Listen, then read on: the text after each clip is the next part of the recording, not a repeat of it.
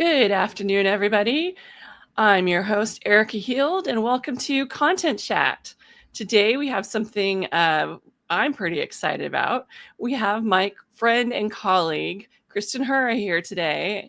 Kristen and I worked together when I was at Anaplan, back when they were Series B and C, and we got to work on all sorts of fun things together. And so I'm absolutely thrilled that you'll get to learn from her today all about ABM's comeback, or maybe it's a little bit of ABM's remix. It's Glow Up. We're gonna hear all about it and how you can go about having really impactful targeted content to make it work, because that's the key. The unlocks the awesomeness. So Kristen, take a moment and introduce yourself. Hi, everyone. I'm Kristen Hura. I'm super grateful to be here with you all and engage on this discussion, which is on a topic that's very close to my heart and very pertinent these days in the B2B marketing landscape. A little about myself. I'm a B2B marketing strategist focused on ABM and ABX. I help brands build more personalized, effective, better aligned sales and marketing programs. As Erika has mentioned, I spent a good portion of my career in the hyper-growth SaaS world at various CX and fintech startups, including Anaplan, mostly in that kind of pre-IPO stage. And for the last 5 years, I moved over to the agency side, partnering with enterprise clients on their go-to-market strategies. Currently, I'm consulting, upskilling, doing group AI projects with some former colleagues, and just really following my passion about making complex strategies practical and human, and helping marketing teams connect with the buyers that they want to reach. I love it, because it's just yet one more of those things that's making having a really effective content strategy and knowing your audience so important. So let's just start off by talking about, ABM had been the hot thing back in the day when we worked together. Basically, it was just starting to become the hot thing, and then it sort of petered out. And I think largely that was because people didn't know enough about their audiences or really have the resources necessary to create that targeted content. But now we're not hearing about ABM so much. We're hearing about ABX. So is this just a rebrand, or what's this all about? Yeah, understanding the ABM remix, as you said so poignantly, and how that's evolving into ABX is a really critical kind of starting point for this conversation. You're right, ABM's been around for years. And has been really about targeting high value accounts with tailored programs. Sounds simple, actually really challenging to execute. And ABX is really an evolution of that, where targeting is still a very integral part of it, but it's becoming more about delivering smarter experiences. When you think about today's B2B buyers, they're really overwhelmed. B2B purchasers are 57% of the way to a buying decision before even engaging with sales. 70% say they fully define their needs on their own before even raising their hand. And buying committees are getting bigger, sales cycles are getting longer, and there's an explosion of content bombarding them all the time. And ABX kind of responds to this modern marketing landscape by coordinating marketing, sales, and content to deliver consistent, orchestrated experience across channels and stages, really enabling companies to reach the right person at the right time, in the right place, with the right message. I love that. And it's so important to really note how important that consistency of experience is. Because I feel like in so many organizations that you deal with, they do not always understand that you are that same person in person at an event, and via email and on their website. So you get very disjointed, very different experiences. And especially if you are a high value potential buyer, if you get kind of brushed off in person at an event, that can completely derail everything. So, but frequently the people who are in the booth, they don't know who you are and where you are in your engagement, in your journey with them. And so that can happen really easily because of so many different reasons. So I love that now there's really kind of a light being shown on that fact that you've got to have the continuity and really understanding people.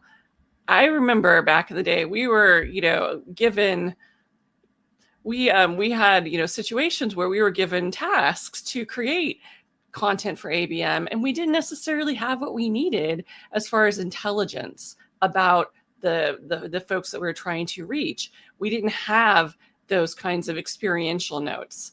And I think frequently, marketing and content, we're being asked to create content for somebody without knowing anything about them or just having really generalized ideas. So I think this is really important to have that holistic kind of conversation up front with the team.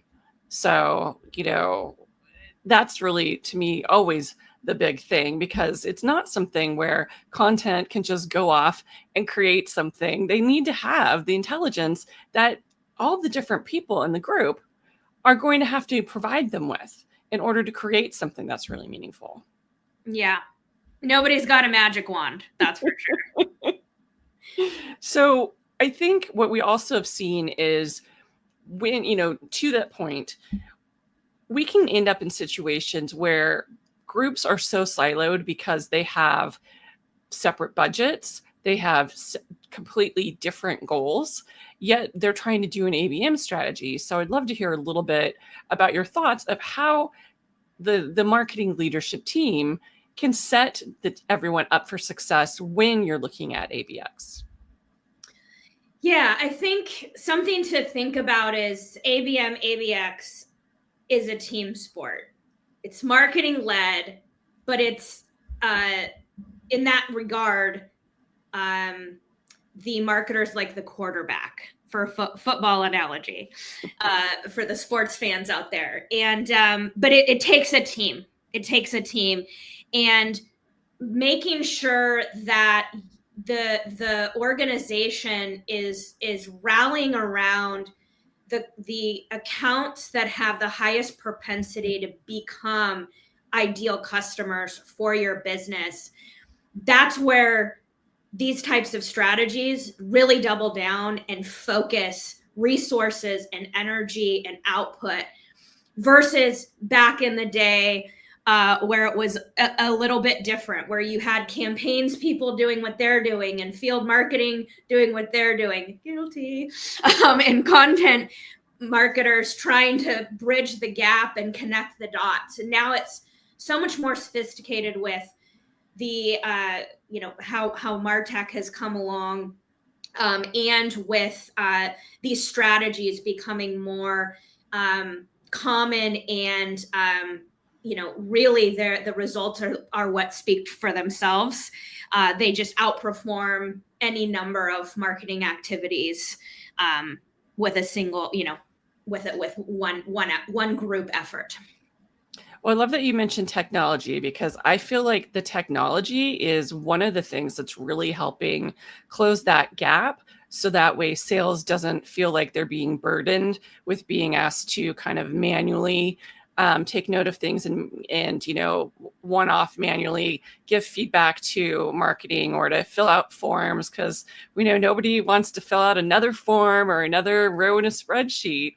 But now what's so great is that if you're using any kind of tool to monitor your phone interactions, and everyone is pretty much at this point, it can also then be used with AI to bubble up those insights that the content team needs to really target that content, to understand what the gaps are, what those questions are that keep being asked.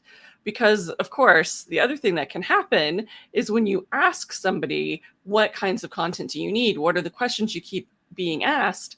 They are not necessarily going to be able to give you an accurate answer. They're going to tell you the last thing that was a huge pain for them, or something that, is personally a pet peeve. They're not going to be able to, objectively assess every conversation they've had and give you that answer.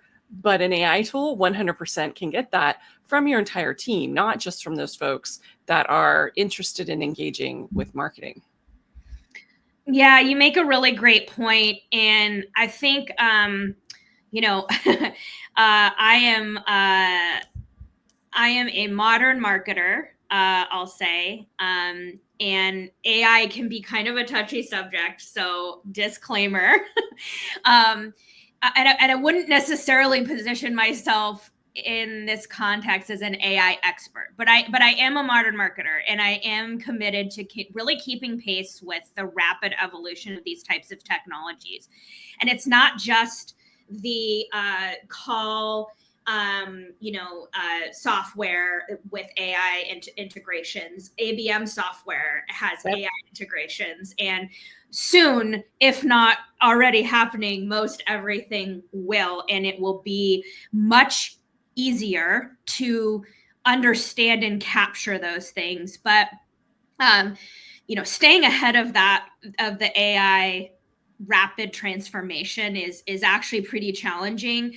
But it's really becoming quickly the connective tissue between strategy and execution in ABM, ABX, but across B2B marketing in general.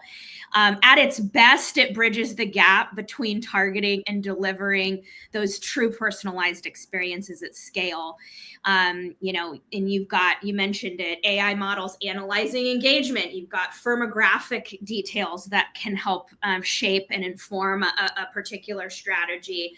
And then, historical conversation patterns.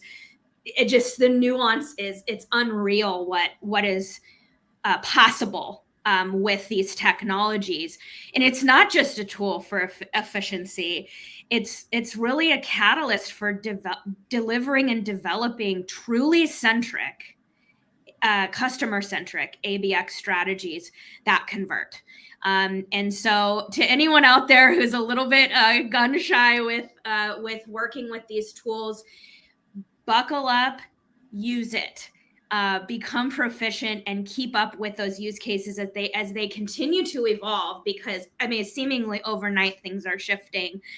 But at the end of the line, ABX isn't just about doing more marketing.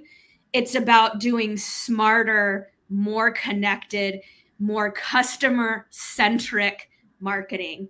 So think of it, tying back to content, because this is content chat after all. Content's the engine, but alignment within the organization is really how you fuel these programs and make them effective. So of course, I'm biased in that I feel like the technology is kind of like the table stakes for building that alignment. But I know that you have done a lot for, building those kinds of great relationships with the sales team, and really, being able to maximize getting that kind of intelligence. So, in addition to technology, what are some of the other things that you suggest for those folks who are needing to work on their alignment?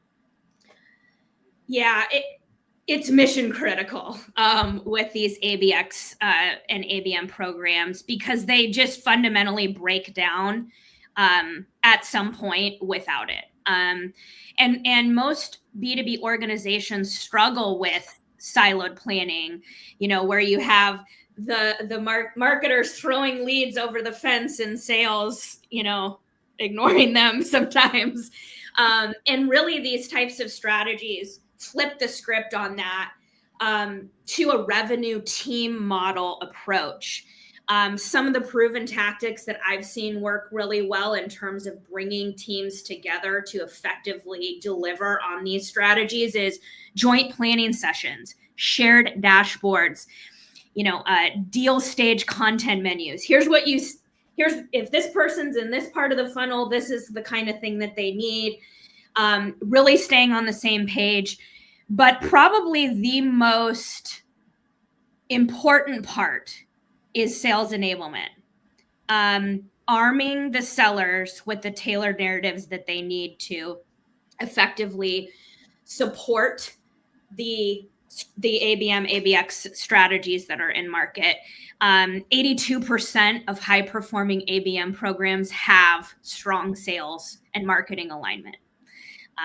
So if you want all your hard work to be effective and land, this is the cornerstone of what makes those programs work. And it's super important. Totally agreed. I think one of the kind of lesser spoken about issues around alignment often is around KPIs.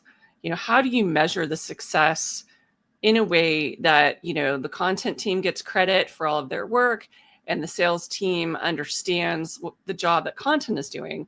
Because I think folks can get really caught up on things like, well, the open rate or the click rate on this was not what we wanted.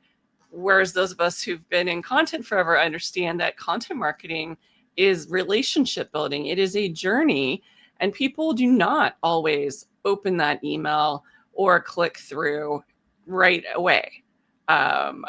Frankly, I've had some emails where we've seen flurries of activity and people following up on those emails weeks later because it was simply a topic that they weren't ready for yet because of other things going on or because of the time commitment they felt like they were going to need in order to really be able to dig in to the resource that was being shared or promoted.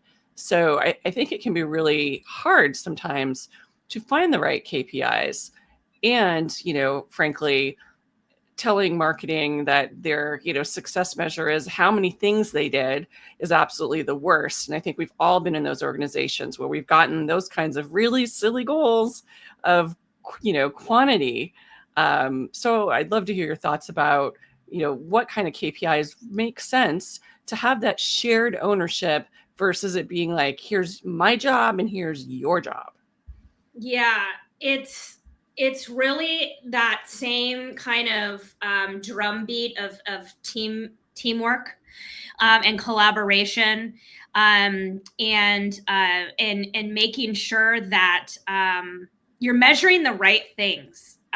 It's will come to no surprise to anyone that if you measure the wrong things, you're going to end up optimizing the wrong things or trying to reach a target that isn't actually the right target. And so if you can come together and align on, okay, what are we doing? How are we going to measure success? What is it with ABM and ABX? It is certainly about quality over quantity. But, something that I do is with ABM and ABX, it's really easy to overcomplicate things.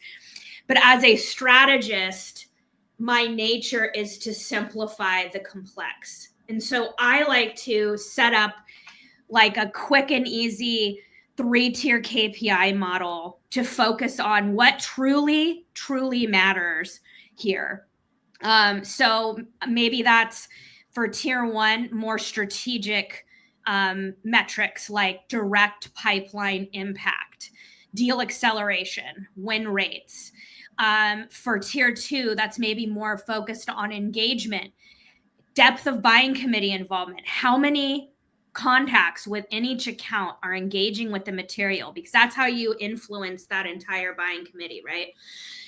Time spent on your pages and progression through your campaign journeys and moving forward in the sales cycle. Those are really great mile markers from an engagement perspective. And then tier 3 is kind of more operational, looking at what is sales using? How many things have we created? Just even taking Anaplan as an example, where did sales use that white paper, that one sheeter? Who knows, right? And internal adoption rates, making sure that the playbooks and the coordinated effort and the sales enablement that you're creating is effective and is being utilized. And so if you kind of look at those three, maybe you have some unique things within your business you want to overlay onto this, but if you kind of stay within that frame, you can definitely measure the right things, see an impact. And, if you're doing, a lot of times I'll encourage folks who are just getting started with ABM or ABX to do a pilot. Keep it small, right? Test the waters and prove it out as a proven strategy. When you do that, the results always speak for themselves. 85% of marketers say ABM drives higher ROI than any other marketing investment. But you only see the return if what you measure matters, right? So 100%. I always like to look at, what is the attribution model? How are those linked to buying signals? It's not just how many MQLs can we generate with one whack at the pinata. Totally. And to your point, you have to be able to measure things like what sales is using, because frequently we've all seen this happen. Something will be launched by emailing out to everyone, and then you have no idea if it's being used. And so then you're just hearing anecdotally. If you don't have, assets in a repository where they're basically sent from that repository or attached from that repository so that you can actually see that they've been shared or accessed. If you just have something sitting in a Dropbox folder and people are forwarding it along, you don't have version control. You have no way of seeing if it's being used. So, you're basically just lighting money on fire, because you're not going to be able to use that information in order to make smart decisions the next time. Yeah, you're absolutely right. But we've all been there. But let's talk about on the flip side of that, when everything is aligned and it's going really well, and you can have those good results. And when we were catching up recently, you shared with me an ABM campaign that you worked on that had highly targeted content and had all of that good alignment. And I'd love if you could kind of share it as a case study. Maybe we take 10 minutes and do a deep dive. Yeah, absolutely. I'm going to anonymize the details as per MSA. I can talk generally about it, but I'd really love to share a story of a recent ABX win that my team and I ran for a global B2B tech company. They had just launched a 7-figure industrial hardware solution. So think heavy duty, high speed production technology. And they needed to break into a pretty niche segment. They were targeting direct mail house providers. So if you are in the US, you may have received a bunch of those Bed Bath & Beyond flyers. Those come out of a direct mail print house that can print those in milliseconds. It's really incredible. And their goal was to position this product not just as powerful, but as essential for high efficiency, high quality output.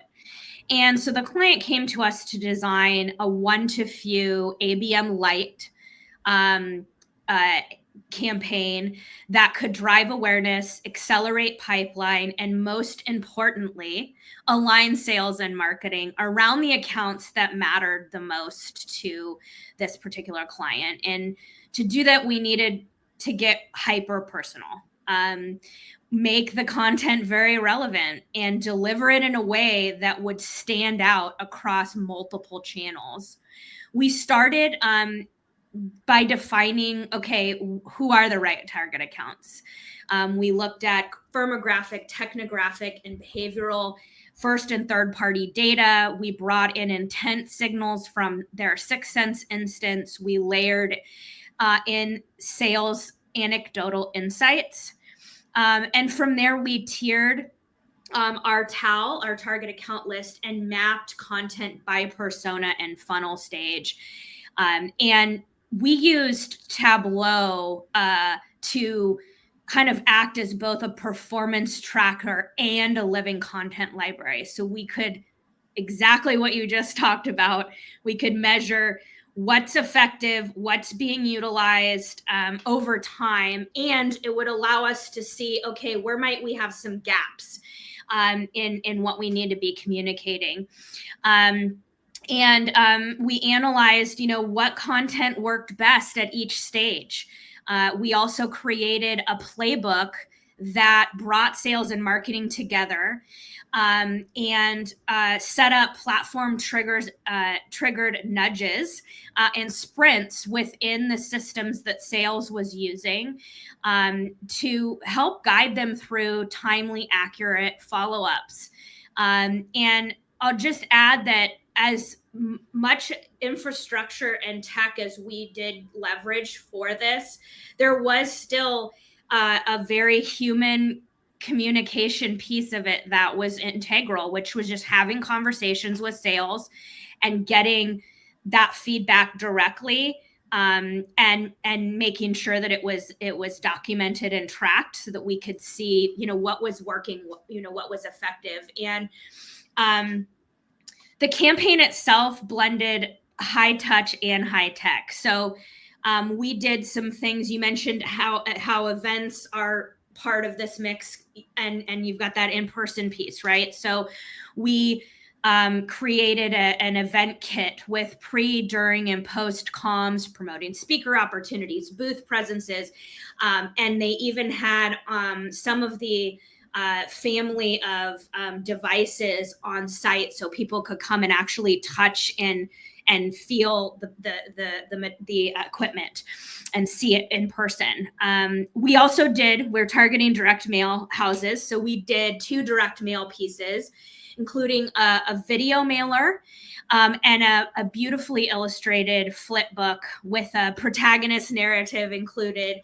And these pieces, the packaging and stuff, we used the equipment that we were selling to produce these things, which just added another layer of kind of that tactile experience connecting to the brand.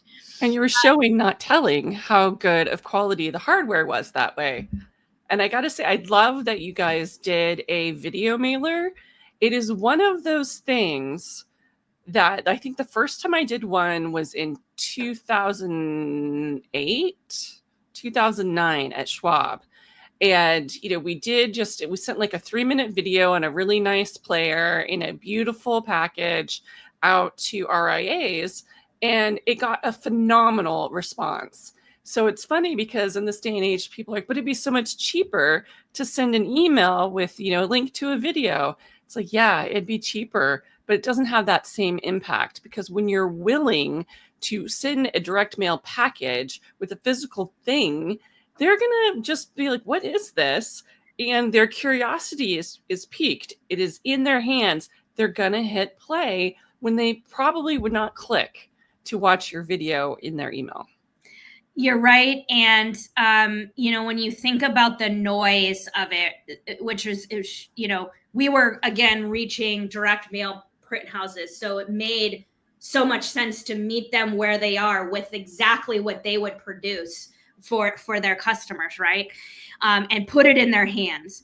And versus, email, you get a ton of emails every day.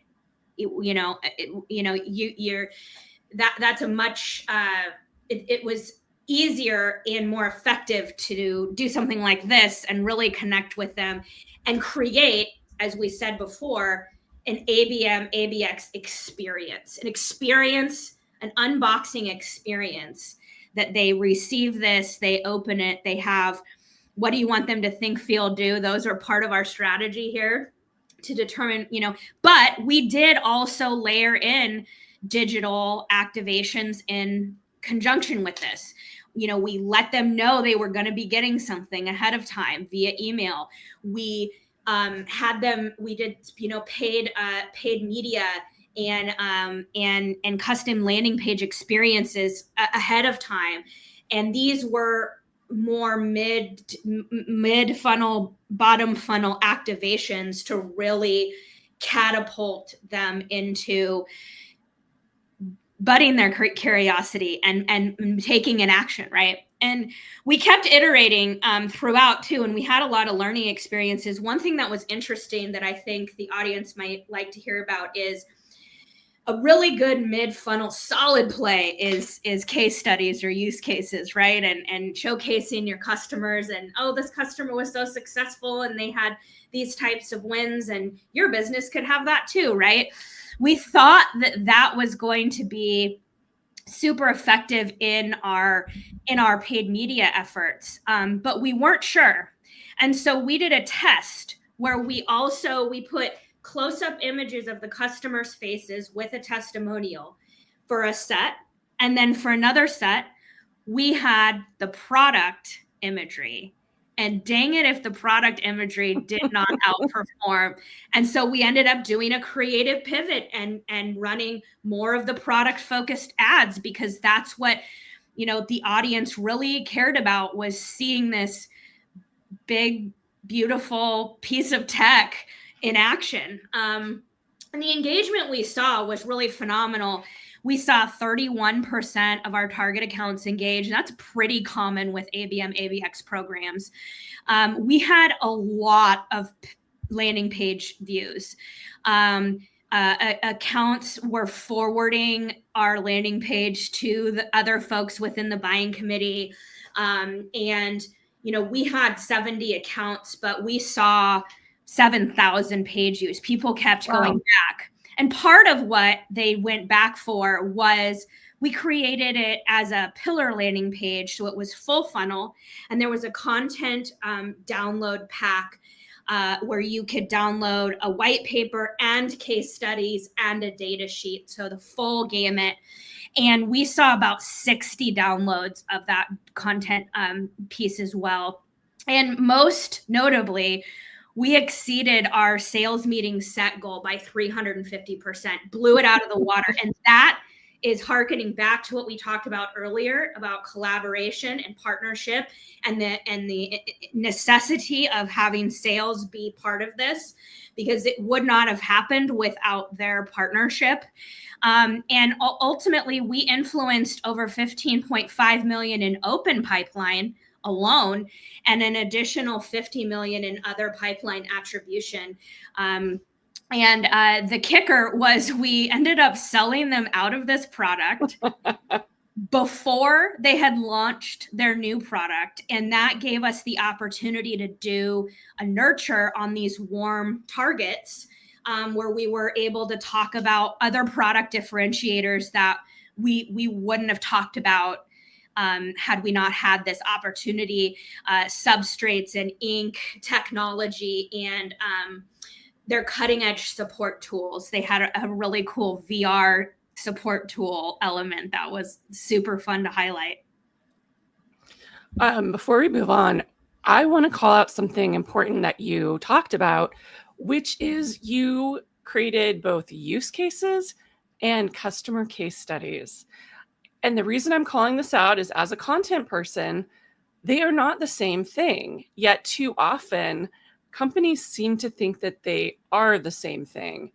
And, I've certainly on more than one occasion been tasked with taking something called a case study that was 100% a use case, full of brand language, full of summaries of the customer's experience, and basically kind of a huge snore. Not at all interesting, maybe helpful for understanding how, here's a thing that this kind of a business could do.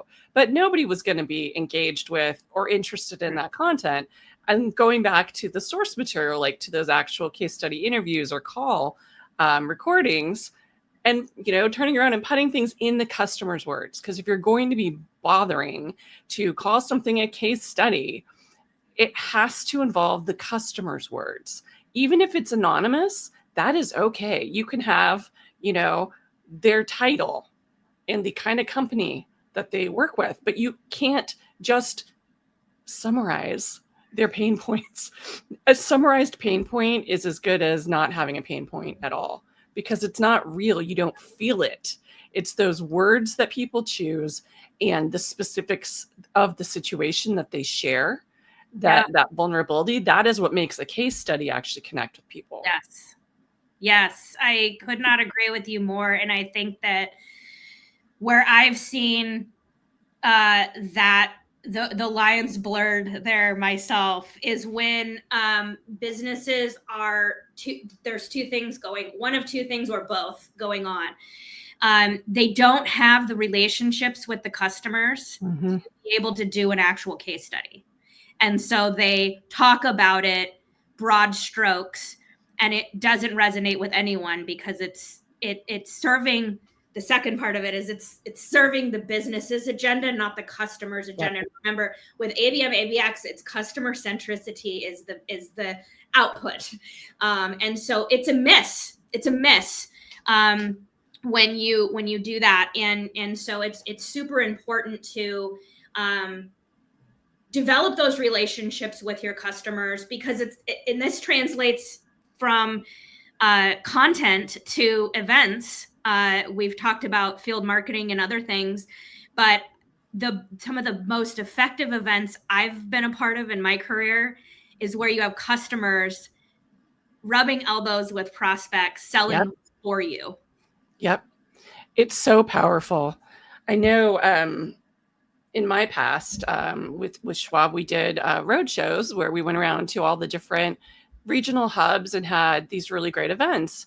And it was the power of having those prospective clients coming in and having them be engaged with folks that were part of our advisory committee. So that way they were able to hear from folks who had made that commitment, who really had, those experiences to share and who could answer their questions.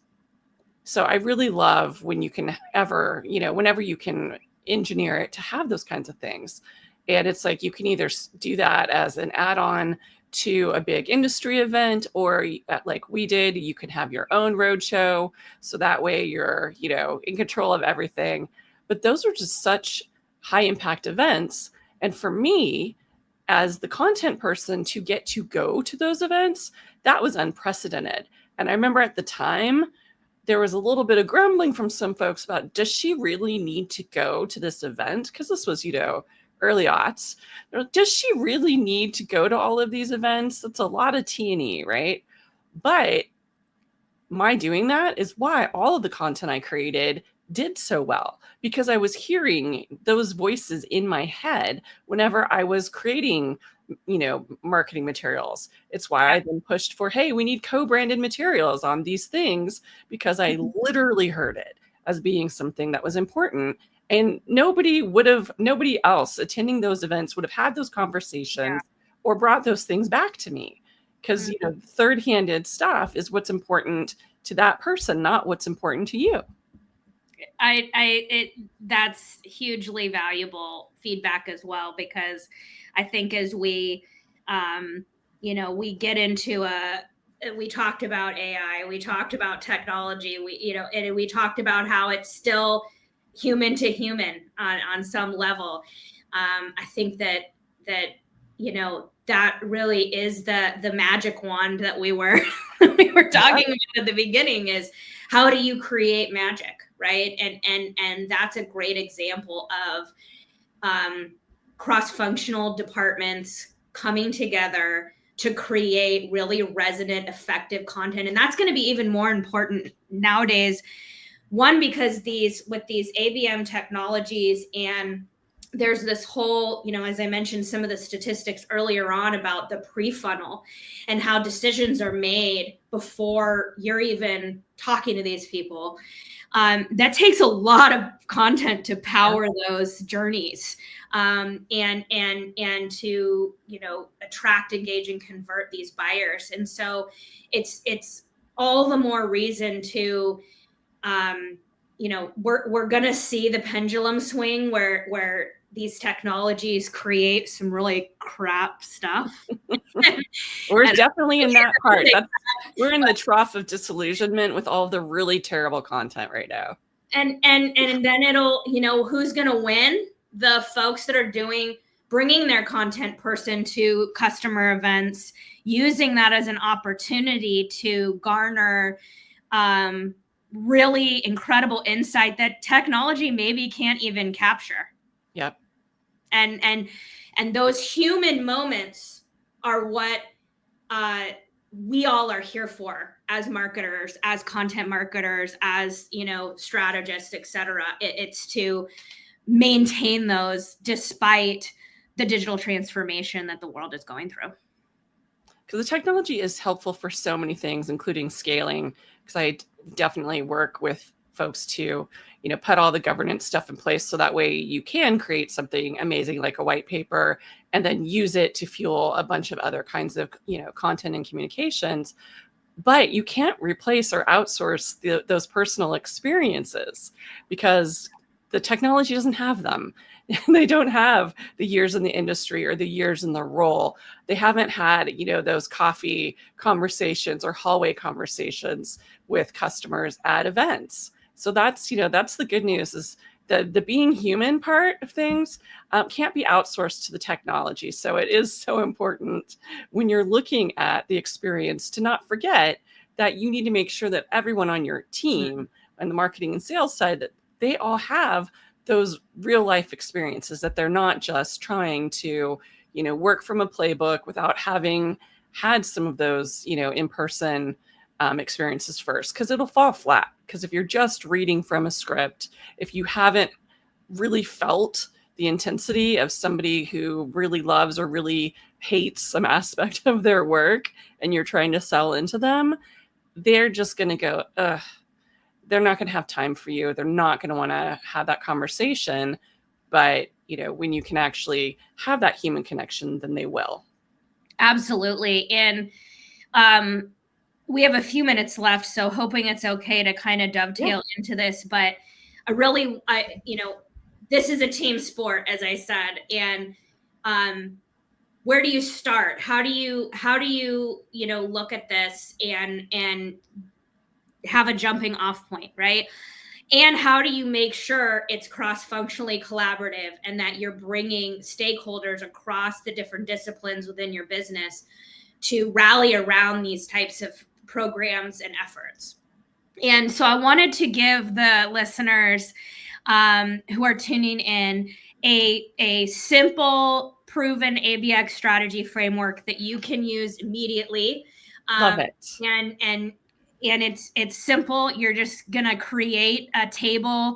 If you like, you know, spreadsheets, you can do it in there. If you like, you know, decks, you can build it in there. But you want to outline the high level core elements of what you think makes a good ABM program. And you're going to want to start by incorporating some traditional strategy elements, like having a problem insight solution set up where you diagnose the opportunity that you have, the insights that are informing your approach and how you're going to solve that problem for the business. I also like to use get to buy statements as well. Like, what are we trying to get our audience to do and how, right? And that really helps you get crystal clear on your desired outcomes. And then kind of under that, create sections for different parts of your program. This is a short list. It's not everything. So you may have unique elements of your business you think you should bring in, but you should have a goal, like a big blue sky, North Star kind of goal. Maybe it's growing pipeline 30% from your tier one accounts. Then you want to have some objectives. What are the lagging indicators leading to that big, beautiful goal? Maybe it's sales and marketing alignment, getting people to work together. Maybe it's shorter deal cycles by like a 20% margin. Then look at your ICP and your TAL. If your ICP is, you know, 200 to the top 200 companies in manufacturing, and then your TAL is, I want to get 500 million in revenue or influence 500 million in revenue.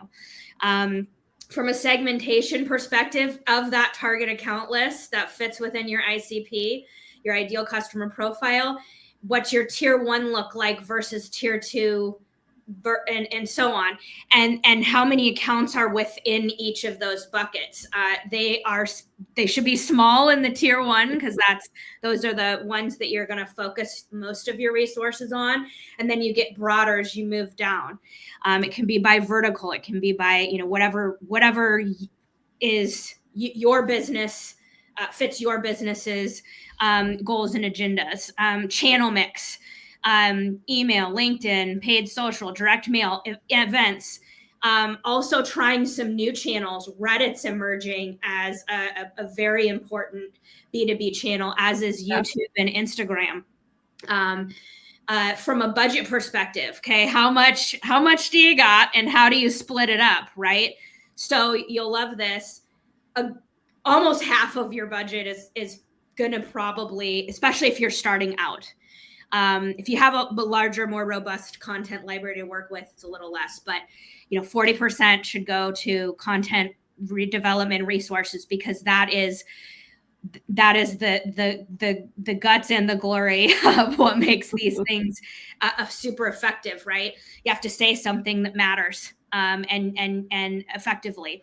Then you might, if you're focusing on kind of driving that top of funnel motion, you may want to spend a good solid 30% on your paid media approach. Maybe 20% on sales enablement, also very important, because it will fall apart if you don't keep that piece in play. And then maybe 10% is like, okay, what's the operations elements that I need to have to actually run this type of thing? Think about your funnel stages. Am I focusing on the entire customer life cycle, or just top of funnel, or top and middle funnel, right? Or am I focused on the conversion piece? Because that's going to change how you do it, right? It's also important because, my big deal is I don't want to create random content. I want to stamp out those random acts of content.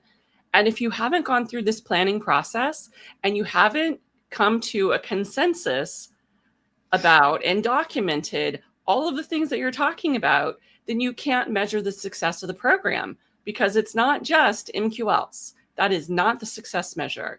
It's, and somebody cannot just create content to reach your goals if they don't understand what your goals are. We can't just guess, and no piece of content can do all the things. That's unrealistic. Yeah, and a framework like this, you can plug in things like timeline. You can plug in big content plays. You can plug in, what kind of ABX strategy am I doing? 1-to-1 program, strategic, 1-to-few light, or 1-to-many programmatic, because that changes the channels you use, the levers you pull, what you create, and it really changes the level of personalization, first and foremost, of what you need it to do. And you may think that a 1-to-1 is easier because you're talking to one particular account, but it's actually harder because you have to make it so customized. And that is a huge lift when you think about scaling a program like this.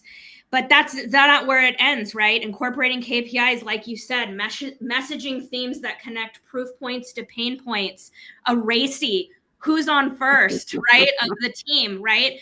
When is content, a key stakeholder versus sales versus, the marketer who's driving all of this, right? Yep. And, at the end of the day, start small. It's so easy to try and boil the ocean with these things, but get a small use case, prove the validity of it, the effectiveness of it.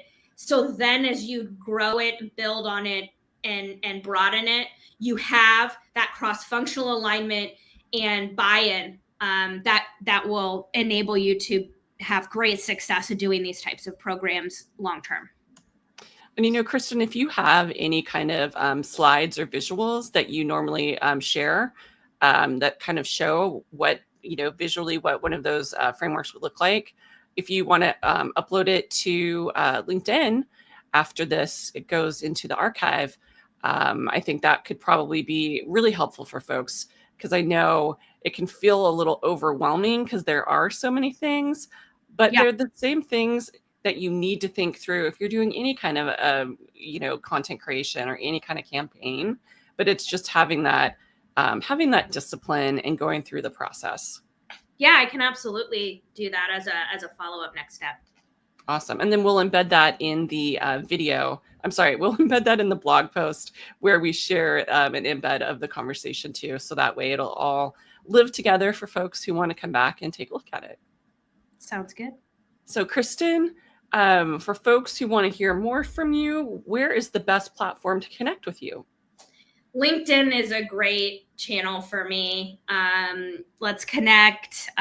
Let's have conversations. I want to hear what your hurdles are with executing these types of programs. How engaged is your sales team? What's your ABM and ABX maturity within your organization? And how are you moving past basic vanity metrics to really show direct impact of the programs that you're working so hard on to get into the market? Let's have these conversations. Let's continue the dialogue on LinkedIn. Love it. Well, that's it for another week of Content Chat.